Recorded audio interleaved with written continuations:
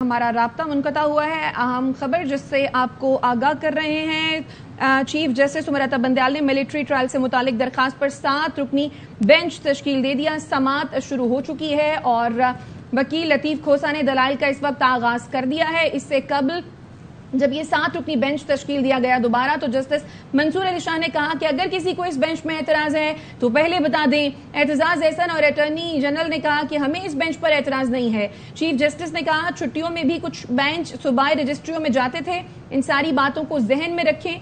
एतजाज एहसन के वकील लतीफ खोसा ने दलाइल का आगाज कर दिया है।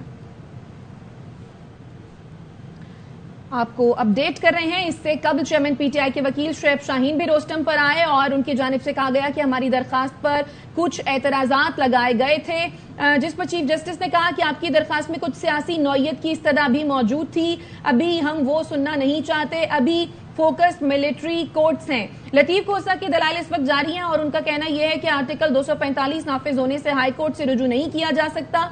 जस्टिस याहिया आफरीदी की जानिब से रिमार्क्स दिए गए हैं कि आर्टिकल 245 का नोटिफिकेशन वापस हो चुका है, जबकि जस्टिस मंसूर अली शाह ने कहा कि पंजाब और इस्लामाबाद में अब आर्टिकल 245 नाफिज नहीं है। इससे कबल जस्टिस मंसूर अली शाह की जानिब से रिमार्क्स दिए गए कि अगर किसी को इस बेंच पर एतराज है तो पहले बता दें। जस्टिस जवाद एस खाजा जो मुझसे मुंसलिक हैं, एतजाज एहसन ने कहा कि किसी को इस बेंच पर एतराज नहीं है, जबकि अटॉर्नी जनरल मंसूर उस्मान अवान ने भी कहा कि हमें भी बेंच पर एतराज नहीं है। जिसके बाद एतजाज एहसन के वकील लतीफ खोसा ने भी दलाइल का आगाज कर दिया। फौजी अदालतों में सिविलियंस के ट्रायल के खिलाफ दरखास्तों पर समाअत का ये मामला है।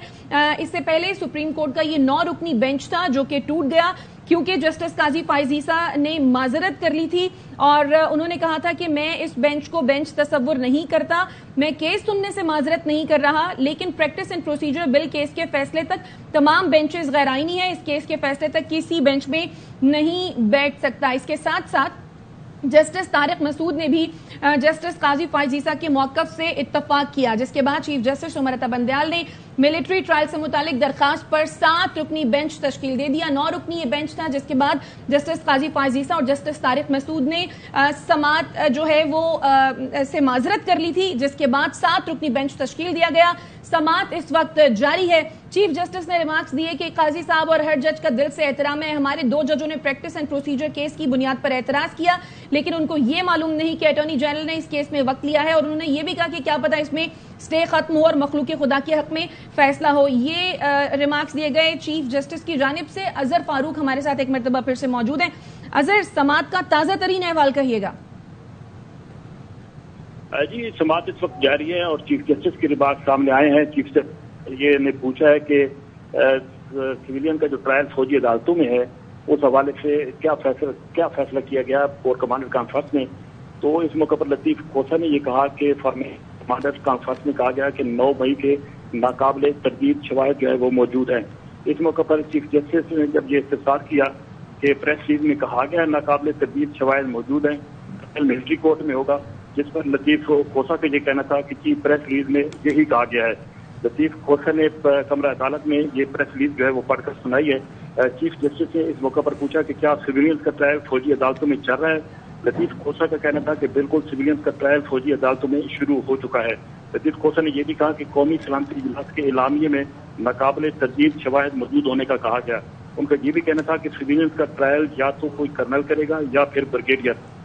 जस्टिस मंसूर अली शाह ने इस मौके पर कहा ये जो आप पढ़ रहे हैं इसमें ISPR का नाम कहाँ लिखा है, जिस पर लतीफ खोसा ने कहा कि ये ISPR का ही जायज करदा एलामिया है। लतीफ खोसा ने कहा कि काबीना ने ISPR के एलामिया की खुलकर। इस मौके पर लतीफ खोसा ने कहा कि इंसदाद दहशतगर्दी अदालत से दरखास्त करके इसे फौजी अदालतों में मुंतकिल करने का कहा गया है।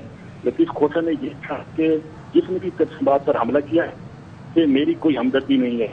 ने यह भी कहा कि जिसने जो जुर्म किया है इसको कानून के मुताबिक सजा मिलनी चाहिए। लतीफ ये भी कहा कि मुल्क की तमाम नीति क़यादत ने बैठकर फैसला दे दिया है, नाकाबिले तरदीद शवाहिद मौजूद हैं। चीफ जस्टिस मंसूर अली शाह ने इस मौके पर कहा क्या दस्तावेज इनकी वेबसाइट पर मौजूद हैं। का कहना था कि ISPR की वेबसाइट पर मौजूद हैं। लतीफ खोसा ने यह भी कहा कि फॉर्मेशन कमांडर ने कह दिया नाकाबिले तरदीद शवाहिद हैं, तो एक कर्नल अब ट्रायल में क्या अलग फैसला देगा। तो इस वक्त लतीफ खोसा के जो दलाइल हैं वो जारी हैं। کہ